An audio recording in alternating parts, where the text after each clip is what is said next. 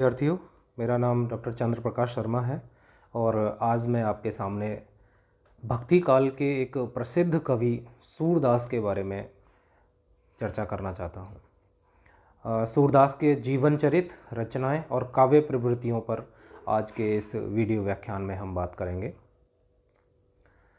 सूरदास के जीवन के बारे में यदि हम देखें तो हमें ज्ञात होता है कि ईस्वी 1478 ईस्वी में सूरदास का जन्म हुआ। ये दिल्ली के पास सीही जो गांव है वहाँ के एक ब्राह्मण परिवार में इनका जन्म होता है और वार्ता ग्रंथों के आधार पर यह ज्ञात होता है कि सूरदास की आचार्य वल्लभाचार्य से भेंट 1509 या 10 ईस्वी के आसपास हुई थी और ऐसा माना भी जाता है कि तभी से वो वल्लभाचार्य जी के शिष्य बन गए और शिष्य बन करके पारसोली गांव में रहने लगे। सूरदास के संबंध में कुछ उक्तियाँ बड़ी ही प्रसिद्ध हैं। कहा जाता है कि वे जन्मांध थे, कुछ लोग कहते हैं कि नहीं वो देख सकते थे और बाद में अंधे हुए, क्योंकि जिस तरह का जीवन व्रत और विवरण श्री कृष्ण के वात्सल्य का उन्होंने प्रस्तुत किया है उससे लगता भी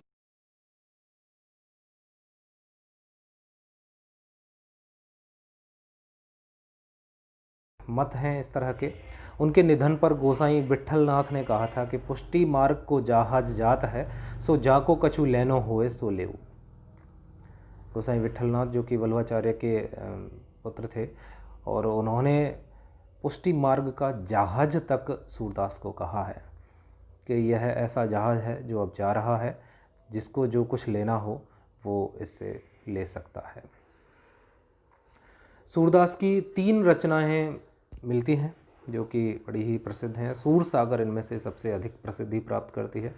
सूर सारावली और साहित्य लहरी दो ये अन्य रचनाएं भी मिलती हैं।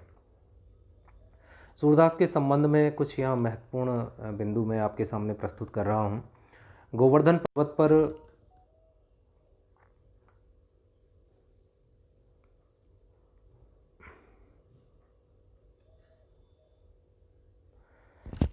श्रीनाथ जी के मंदिर की स्थापना पूरनमल खत्री नाम के एक व्यक्ति ने 1519 ईस्वी में की और उसकी सेवा का दायित्व वल्लभाचार्य को सौंपा।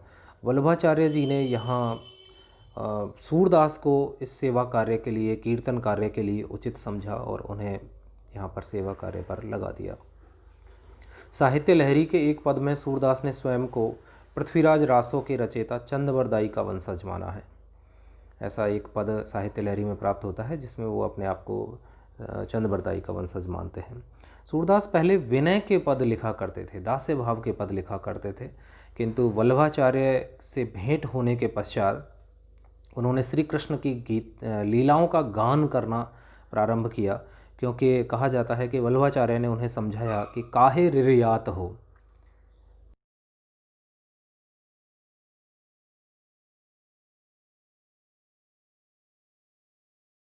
बल्कि तुम्हें तो श्री कृष्ण की लीलाओं का गान करना चाहिए। यह बात सूरदास को प्रभावित करती है और वे श्री कृष्ण की लीलाओं का गान करने में लग जाते हैं। सूरदास के संबंध में और अन्य महत्वपूर्ण बातें जो यहाँ पर हैं अंकित।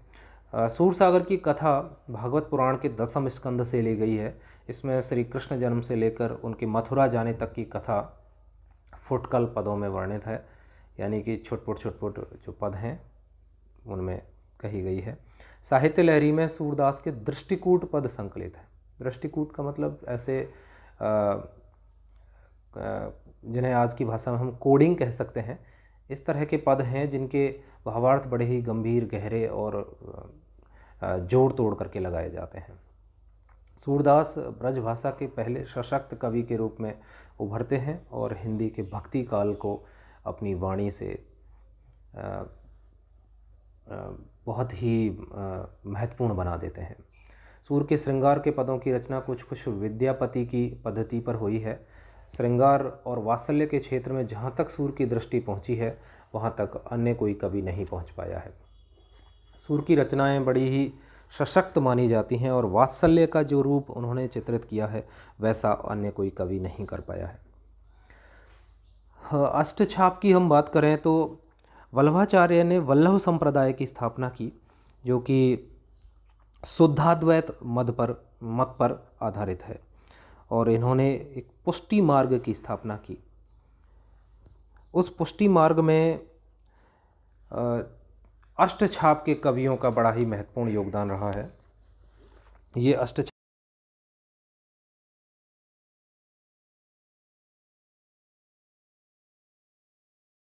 आचार्य के जो 4 शिष्य हैं उनके नाम यहाँ दिए गए हैं: सूरदास, कृष्णदास, परमानंद दास, कुंभन दास।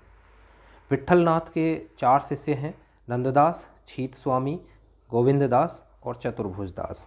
इस प्रकार कुल मिलाकर ये 8 जो संत हैं, 8 जो भक्त हैं, इनसे मिलकर के अष्टछाप की स्थापना की गई, जो कि श्री कृष्ण की लीलाओं का गान और उनका चिंतन मनन करते हैं।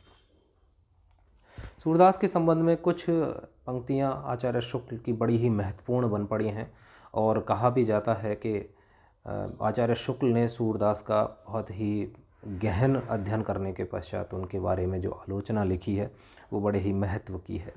कुछ पंक्तियाँ यहाँ आपके सामने प्रस्तुत हैं जो हमें सुनने को मिलती हैं।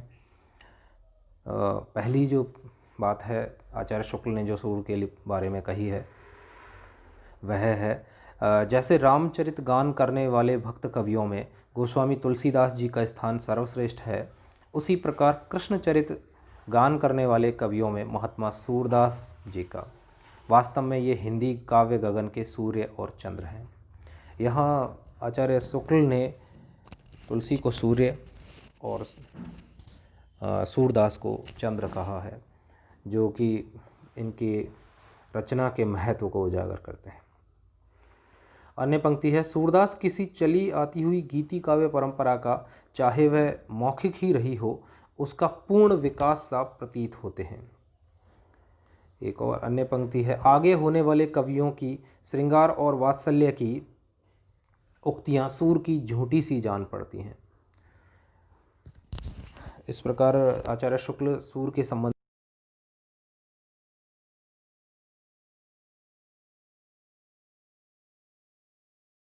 श्री कृष्ण की प्रेम लीलाओं का कीर्तन करने उठी, जिनमें सबसे ऊंची, सुरीली और मधुर झनकार अंधे कवि सूरदास की वीणा की थी। ये कुछ बातें आचार्य शुक्ल ने सूर के बारे में कही हैं, जो उनके काव्य के महत्व और वात्सल्य और श्रृंगार के वर्णन के बारे में है, जो उनकी इस कविता और जो भक्तिपरक रचनाएं हैं उनके महत्व को उजागर करती हैं। सूरदास के बारे में और विशेष विवरण और विस्तार पूर्वक हम आगे के व्याख्यानों में पढ़ेंगे। धन्यवाद।